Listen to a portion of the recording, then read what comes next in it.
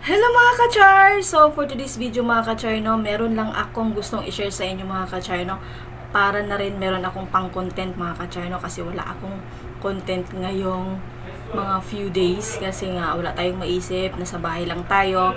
So gusto ko lang i-share sa inyo mga ka-char, no, kung ano yung mga routine ko mga ka-char, no, kung paano nag-fair yung aking balat, pantay yung kulay ko. No, meron man akong dark dito banda, pero yung mga dito ko at saka dito sa may binti ko, pantay yung kulay ko. So gusto ko lang din i-share sa inyo mga ka-charno na anong ginagawa ko mga ka-charno. Bakit ako, hindi naman sa pagmamayabang mga ka-charno, kung paano tayo pumuti. Kahit papano, alam kong hindi ako ganun kakinis. Marami akong imperfections. So, gusto ko lang din i-share sa inyo mga ka-charno, sa kagaya ko na morena din, na ma-enhance pa yung ating balat mga ka-charno. Kasi napaka-importante ng ating balat mga ka-charno. Kahit sabihin natin na maedad na tayo, so dapat alagaan natin yung ating balat mga ka-char. Habang tumataas yung edad ko mga ka-charno, doon nagsisink sa akin mga ka-charno na dapat alagaan natin yung ating skin kasi nga nagkakaroon na tayo ng edad, di ba? So unang-una mga ka-charno, hindi ko na patatagalin to. Napaka-importante mga ka-char ang moisturizer. Bago ako maligo mga ka-char, no, nagbababad muna ako ng calamansi. So nakalagay dito mga ka-char, no, is calamansi, yung katas ng calamansi. Tapos mga ka-char, ang susunod nito, ibababad ko to ng mga, depende sa'yo kung ilang minutes ang gusto mo. Hindi ko sinasama yung mukha kasi iba yung sa mukha mga ka-char. Nagbababad ako ng calamansi dito, no, dito ko nilalagay kahit sabihin mong umabot siya ng ilang buwan. Basta yung calamansi nandito lang, walang problema mga ka-char kasi gamit na gamit to. Tapos ang tipid niya pa, bumili ka lang ng isang salmo na calamansi mga ka-char, tapos ilagay mo dito. Okay na mga ka-char, no? Napakamura lang din. Yun na mga ka-char, no, ibababad mo to. Depende sa iyo kung ilang minutes na ibababad mo sa iyong katawan. Depende sa iyo yan. Pag gumagawa ako nito, so kailangan hindi ka nagmamadali. Kailangan talaga ng oras to para kung gusto mo ng resulta na maganda, kailangan siya ng panahon, no, yung hindi ka nagmamadali. Depende mga ka-char, no, kung ilang minuto mo siya ibababad sa inyong katawan mga ka-char, no. Sa akin yung pinakahaba 5 minuto or 4 na minuto, basta nakadepende sa iyo mga ka-char, no, kung mahaba-haba yung oras mo.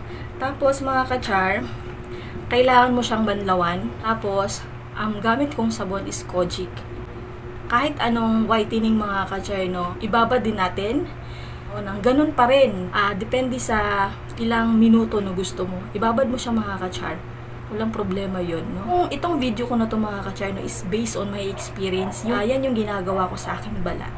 Gusto ko lang din i-share sa inyo to mga ka-char, no, kasi matagal na akong gumagawa nito. Tapos alam ko naman na may resulta din siya. Malalaman mo din naman sa ibang tao kasi sinasabihan ka, uy, pumuti ka na, parang ganon. So, ibig sabihin nun, yung ginagawa ko is effective. So, itong video ko na to mga ka-char, no, is based on my experience, no. Huwag tayong haters, no? Para sa akin lang to. Tapos gusto ko lang din i-share sa inyo mga ka-char, no, kung paano ako nagkaroon ng fair skin. Tapos, yun na nga mga ka-char, ibababad mo yung Kojic sa yung katawan, depende sa ilang minuto na gusto mo. Tapos, banlawan mo siya ulit. Pagkatapos mo banlawan mga ka-char, no, isunod mo yung salt scrub. Tapos, ito yung pang final nyo. Depende mga ka-char kung anong salt scrub ang gusto nyo. Napaka-effective ng salt scrub. Ang lalaki ng pores, nililiit niya yung pores mo, tapos fini-fair niya yung skin mo, tapos sinashine niya. Basta, anong tawag nun, kung sa kaldero pa, liha. It's very smooth siya sa ating katawan pagkatapos nating maligo. No, lagi akong may ganito, tapos binibigyan ko talaga ng panahon. Kasi yung calamansi is matapang. Yung Kojic is alam nating matapang din, di ba? Magja-dry ka. Sabayan natin ng salt scrub kasi ito yung magmo-moisturize sa yung skin. Ibabad din natin itong mga ka-char, no, ng mga 5 minutes, no? So kailangan siya ng panahon talaga mga ka-char. Tapos pag maglagay nito mga ka-char, no, buong katawan din lagyan mo, yung mga kilikili mo, buong katawan lagyan mo mga ka-char para maging fair yung skin mo. Kasi mga singit-singit mo, gamit na gamit to mga ka-char. Kahit anong salt scrub, okay na okay yun kasi napaka-effective ng salt scrub. Kasi kailangan din siya ng mga 5 minutes, tapos banlawan natin siya ulit. So, yun na nga. Tapos, pagkatapos nating maligo mga ka-char, no, gumamit ng lotion. So, ito yung gamit ko mga ka-char, no. Kahit anong lotion mga ka-char pwede. Basta may SPF. Mas maganda yung mataas na SPF yung gamitin mo. Para sa akin mga ka-char, no, ito lang naman ginagamit ko. Kung hindi ito, yung kulay green nito. Kung gusto mo mga ka-char na mas mabilis yung effect niya sa balat mo, pwede mo siyang araw-arawin. So, nakadepende sa'yo. Sa akin kasi ngayon mga ka-char, no, inaabutan tayo ng tamad. So, ayun, sa isang linggo, 3 beses na lang, or sa isang linggo, 1 beses na lang. So, hindi talaga nawawala sa akin yung ganun na routine mga ka-char, kasi ang laki ng tulong sa akin noon. Iwasan natin magbilad sa araw. Ako mga ka-char, no, iwas na iwas ako sa araw. Kasi, iniisip ko kasi, sayang yung pinaghirapan ko. Yung pinaghirapan natin para lang magkaroon tayo ng fair skin.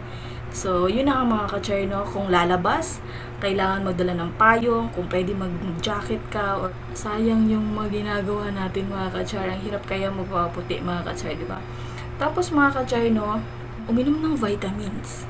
Kasi ang vitamins is katulong din sa ating balat. So, depende na lang sa inyo mga ka-char, no, kung saan kayo hiyang, yung non-acidic, basta vitamins na kung saan kayo hiyang is.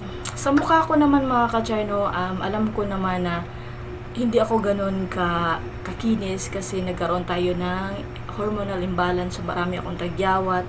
So, tapos nagre-review pa ako ng mga kung ano-anong product, so nagkakaroon talaga ako ng tagyawat. Ay, kagaya nito, ang laki. Pag wala akong review ngayong linggo na to, yung relax ako, ang moisturizer ko lang talaga mga ka-char is ito. Tapos nagki-cleanser ako, tapos more on ako ganito kasi gusto ko relax lang yung mukha ko, tapos malamig. Kasi ang laki ng tulong din ng aloe vera gel mga ka-char sa ating balat. Ito yung moisturizer ko sa aking mukha. So, depende na lang sa inyo mga ka-char, no, kung susundin yung mga ka-char, no, basta sa akin. Shinare ko lang yung yung experience ko lang na hindi naman ako kaputian. Kasi morena lang ako. So, gusto ko lang din na magkaroon ng fair skin. Naghanap ako ng routine mga ka-char na kahit papaano ay gumanda yung aking balat. No? So, sana nagustuhan nyo itong video ko na ito mga ka-char, no? At sa mga susunod ko pang video. So, this is Lardy. Bye!